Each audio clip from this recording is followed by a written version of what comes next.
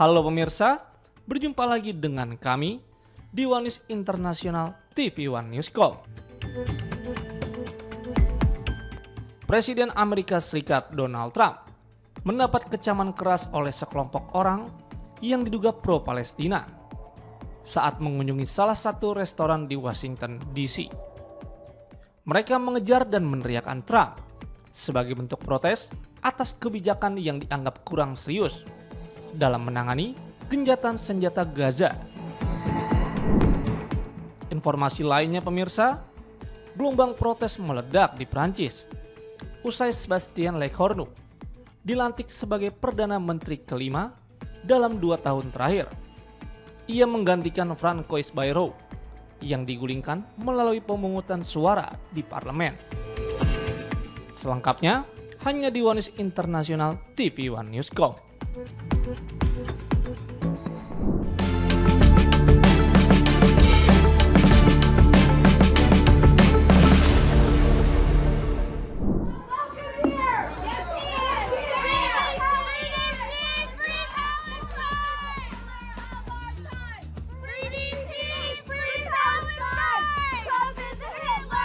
Kunjungan Presiden Amerika Serikat Donald Trump ke sebuah restoran di Washington DC pada Selasa malam 9 September diwarnai aksi protes dari sekelompok demonstran pro-Palestina yang meneriakkan slogan keras menentang dirinya.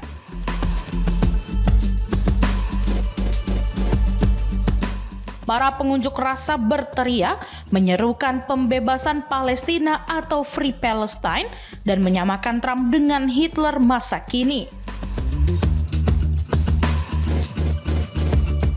Massa menyuarakan ketidaksetujuan mereka sebelum akhirnya pihak keamanan restoran mengusir mereka keluar dari lokasi. Kejadian itu menambah deretan protes terhadap Trump yang belakangan kerap dikaitkan dengan sikapnya mendukung Israel di tengah konflik Gaza. Aksi di Washington ini mencerminkan meningkatnya tekanan dari publik pro-Palestina di dalam negeri Amerika yang menuntut perubahan kebijakan luar negeri Amerika Serikat terhadap Timur Tengah.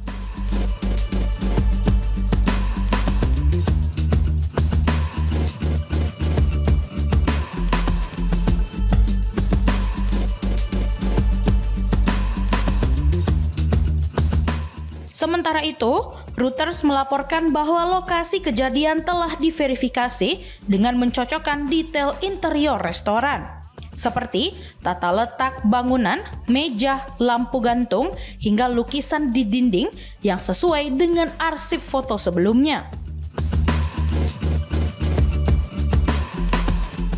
Kebenaran tanggal peristiwa juga diperkuat melalui metadata berkas asli.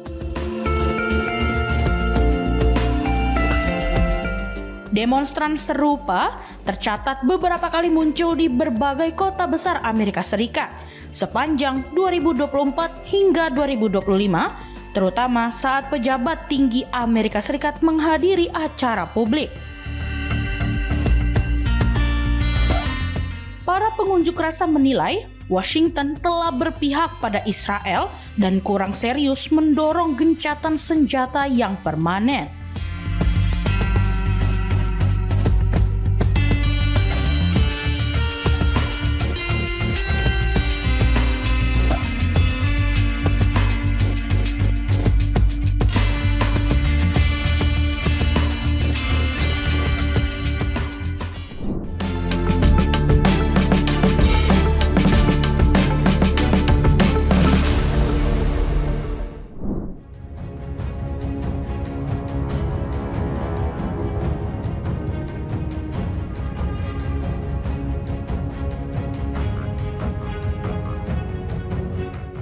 Israel melancarkan serangan ke Doha, Qatar pada Selasa 9 September 2025 yang diklaim menargetkan pimpinan senior Hamas.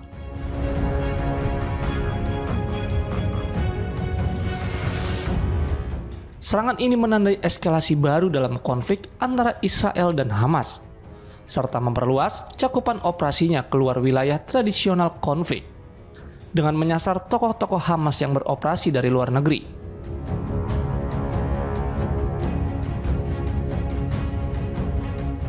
Menurut laporan dari sejumlah media internasional, serangan dilancarkan terhadap kompleks perumahan di distrik Lake Taifa, Doha. Wilayah tersebut selama ini diketahui menjadi tempat aktivitas sejumlah pimpinan politik Hamas.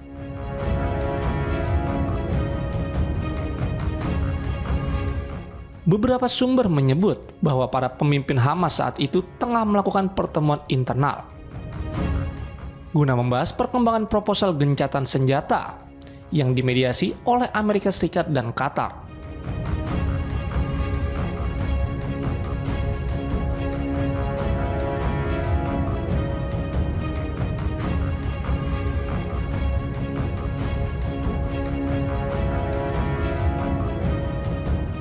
Seorang pejabat Hamas disebut mengonfirmasi bahwa yang menjadi target dalam serangan di Doha adalah para negosiator kelompok tersebut.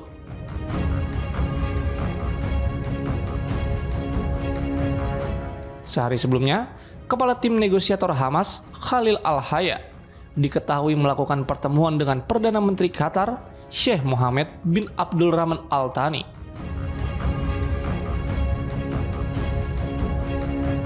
Sejumlah pengamat menilai serangan ini sebagai bagian dari strategi Israel untuk melemahkan struktur komando Hamas di luar Gaza, yang dinilai masih memiliki pengaruh besar terhadap jalannya perlawanan.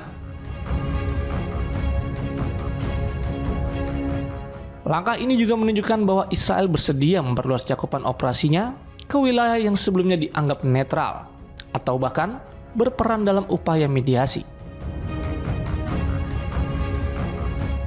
Pasukan Pertahanan Israel IDF telah mengeluarkan pernyataan resmi bahwa serangan mereka ditujukan kepada tokoh-tokoh senior Hamas dalam sebuah operasi yang dijalankan bersama Badan Kontra Intelijen Shin Bet.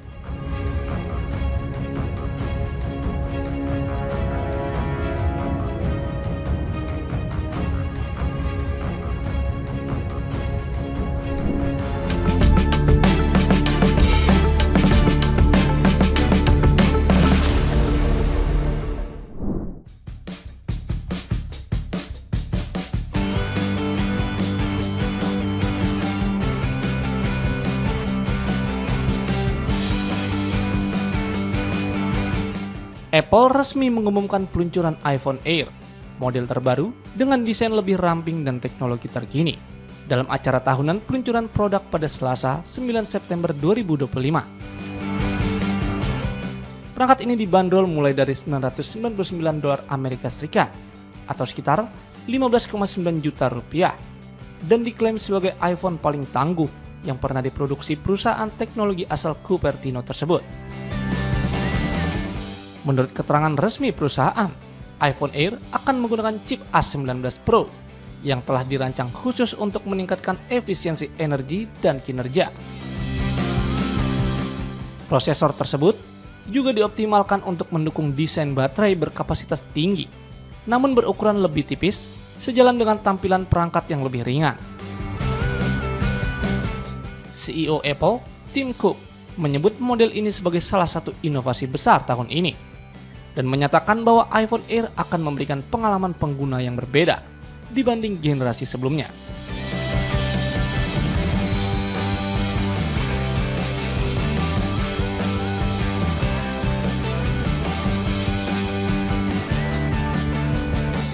Selain iPhone Air, Apple juga meluncurkan iPhone 17 dan iPhone 17 Pro. Perusahaan menyebut iPhone 17 hadir dengan layar yang lebih terang dan tahan gores, serta kamera depan dengan sensor baru yang diklaim mampu menghasilkan selfie horizontal dengan kualitas lebih baik.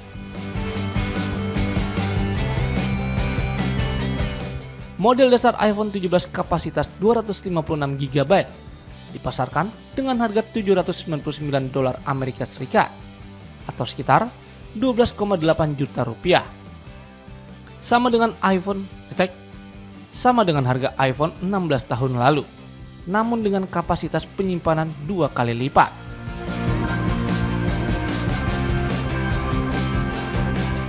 Sementara itu, iPhone 17 Pro dijual seharga $1.099 Amerika Serikat atau sekitar 17,6 juta rupiah.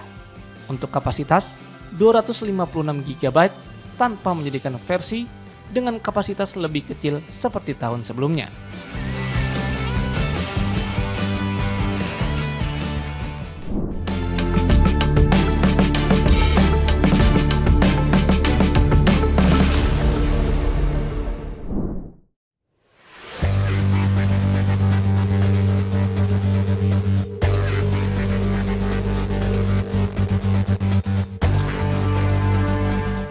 NATO bukan sekedar organisasi militer biasa.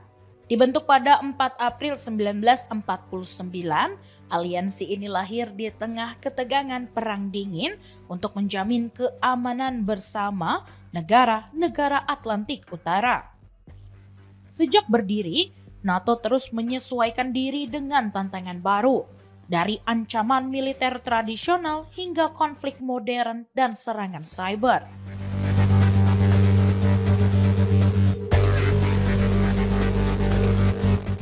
Lalu, bagaimana sejarah awal NATO dan apa tujuan utama aliansi ini hingga kini tetap relevan di kancah global?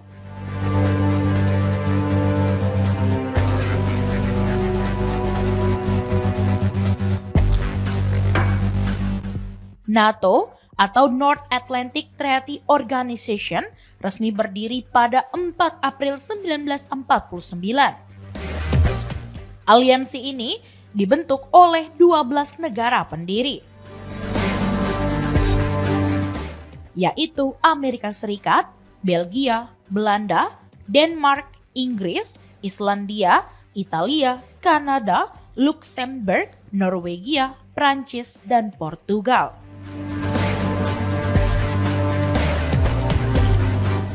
Tujuan utamanya adalah menciptakan keamanan kolektif di kawasan Atlantik Utara setelah Perang Dunia II.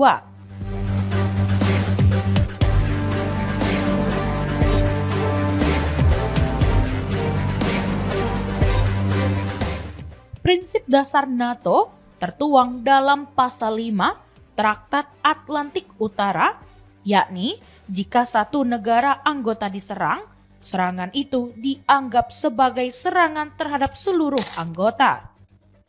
Pasal ini hanya sekali diterapkan, yaitu setelah serangan teror 11 September 2001 di Amerika Serikat.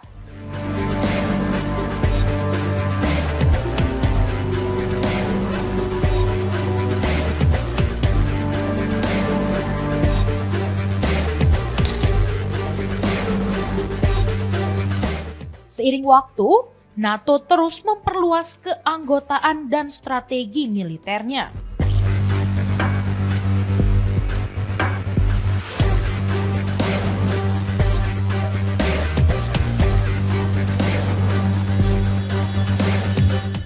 Finlandia bergabung pada 2023 dan Swedia resmi masuk pada 2024 sehingga total anggota kini mencapai 32 negara.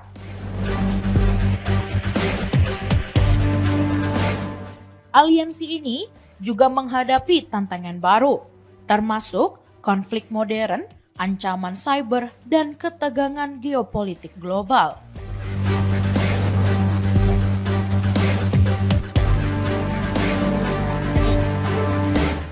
Tak hanya itu, NATO memainkan peran penting dalam krisis internasional, termasuk memberikan dukungan militer, pelatihan, dan bantuan logistik kepada Ukraina sejak invasi Rusia pada 2022, meski Ukraina bukan anggota resmi.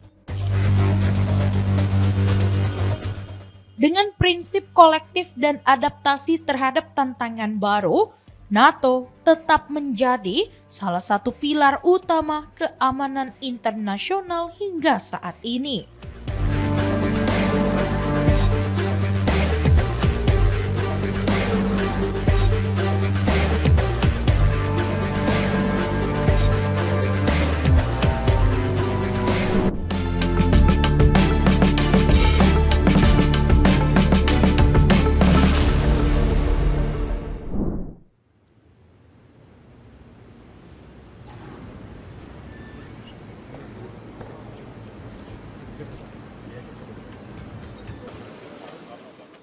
Rusia dikabarkan sedang menyiapkan pesawat tempur generasi ke-6 bernama MiG-41 yang dirancang sebagai penerus MiG-31.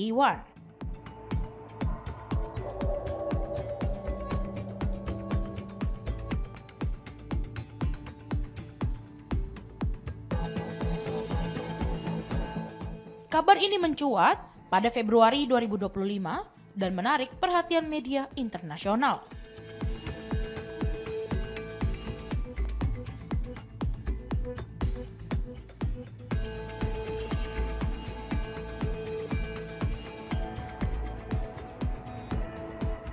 MiG-41 juga dikenal sebagai PICDP atau Prospective Aviation Complex for Long Range Interception.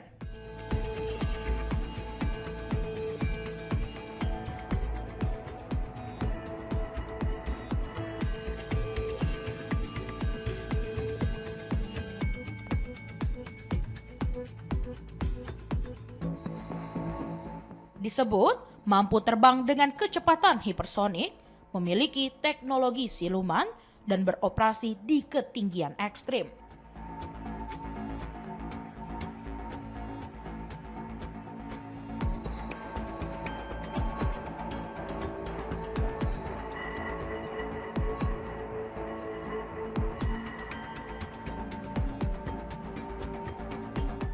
Namun, hingga kini belum ada bukti publik mengenai prototipe pesawat tersebut.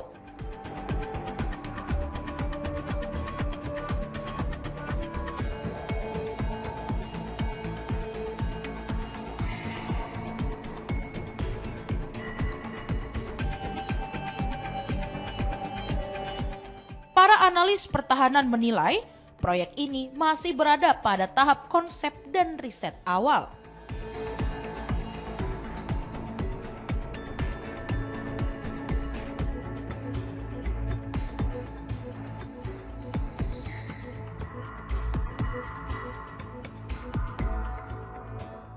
Jika terwujud, MiG-41 akan menjadi salah satu proyek ambisius Rusia untuk menyaingi jet tempur generasi baru yang dikembangkan Amerika Serikat dan NATO.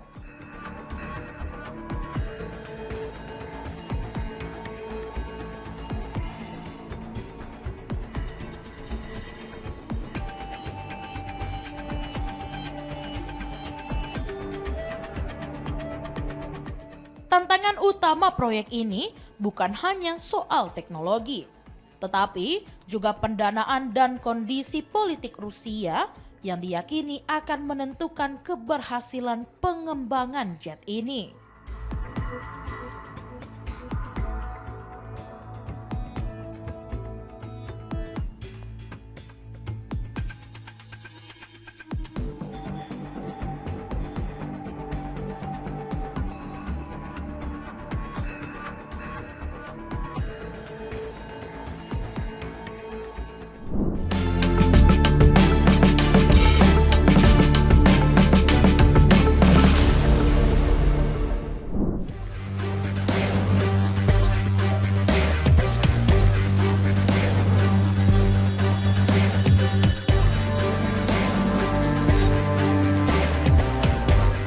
Gelombang protes meletus di Prancis setelah pelantikan Perdana Menteri baru Sébastien Lecornu pada hari Rabu 9 September 2025.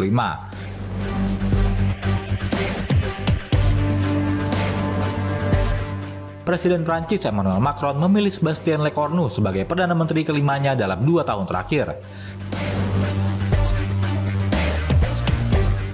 Sébastien Lecornu menggantikan Francois Bayrou yang digulingkan dalam pemungutan suara di parlemen pada hari Senin 7 September 2025. Francois Bayrou pada hari itu mengajukan rencana pemotongan anggaran hingga 44 miliar euro atau sekitar 774,4 triliun rupiah. Didukung oleh 194 suara dan ditolak oleh 364 suara di parlemen.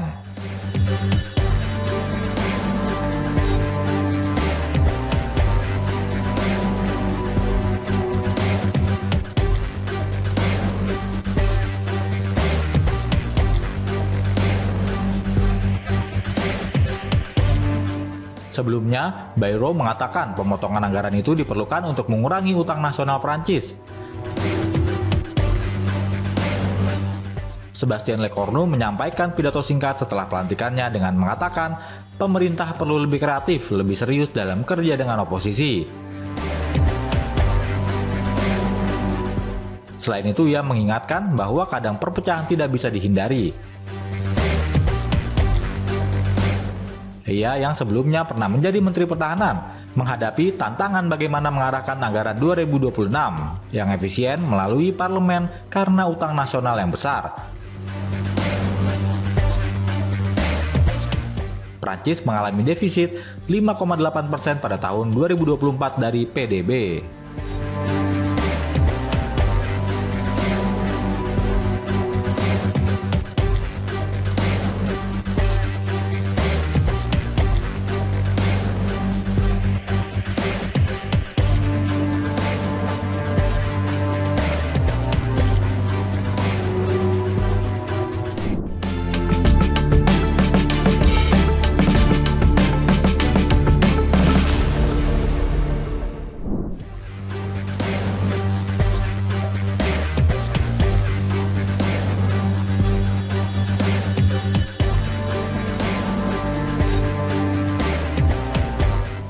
Presiden Amerika Serikat Donald Trump menyatakan tidak pernah mendapat pemberitahuan terkait serangan Israel ke ibu kota Qatar, Doha.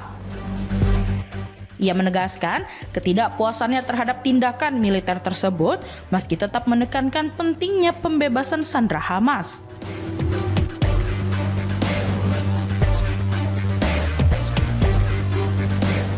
Dalam pernyataan yang dikutip AFP, Rabu 10 September 2025, Trump mengatakan dirinya tidak senang dengan situasi yang terjadi.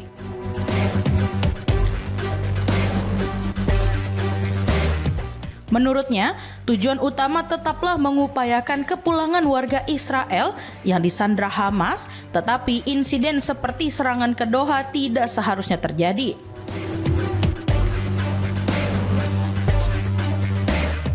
Sebelumnya, seorang pejabat Gedung Putih yang enggan disebutkan namanya menyatakan Israel telah memberitahu Washington mengenai rencana serangan itu. Keterangan tersebut disampaikan sehari sebelum komentar Trump.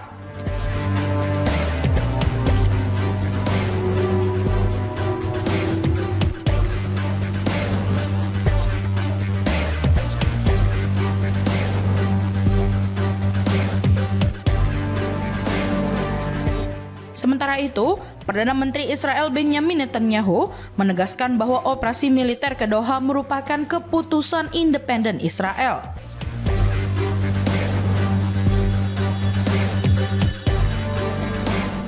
Dalam unggahan di media sosial yang dikutip Al Jazeera, Selasa 9 September, kantor Netanyahu menyatakan bahwa Israel sepenuhnya bertanggung jawab atas serangan tersebut. Militer Israel menyebut pihaknya menargetkan sejumlah pemimpin senior Hamas yang bermarkas di Doha. Dalam keterangan resmi yang dikutip AFP, pasukan pertahanan Israel atau IDF bersama Badan Keamanan atau ISA menyebut serangan itu diarahkan kepada tokoh Hamas yang dianggap bertanggung jawab atas serangan mematikan di Israel pada 7 Oktober 2023.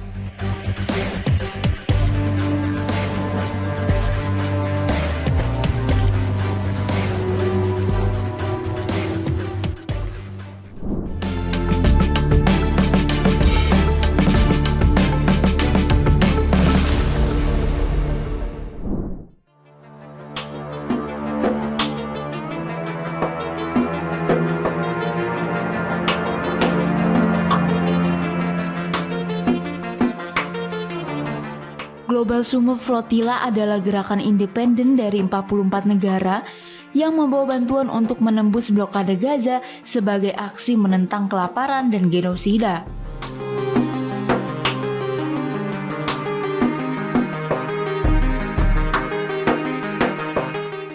Indonesia mengirimkan sekitar 30 relawan dan menyumbang 8 kapal, menjadikannya kontributor kapal terbanyak kedua setelah Malaysia.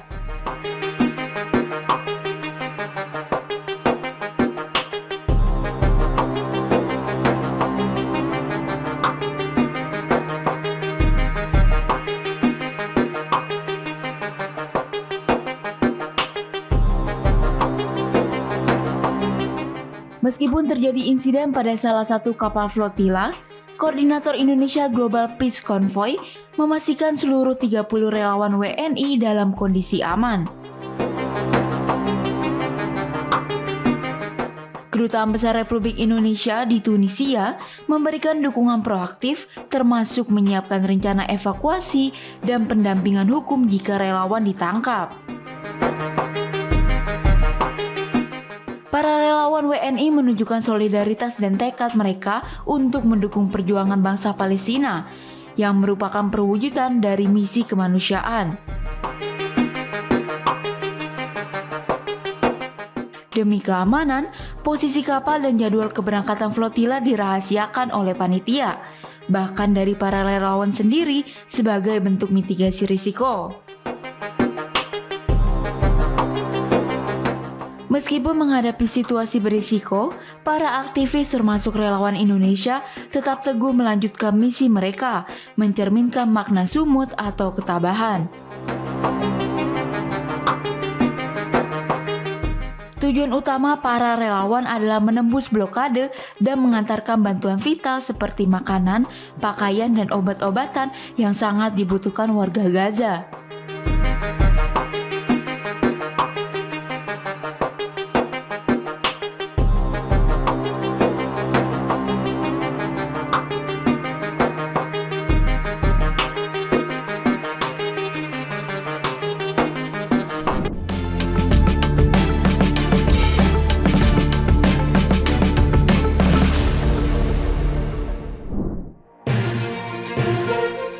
Demikian informasi yang dapat kami sampaikan pemirsa. Terima kasih telah bergabung bersama kami. Sampai jumpa di Wanis Internasional berikutnya.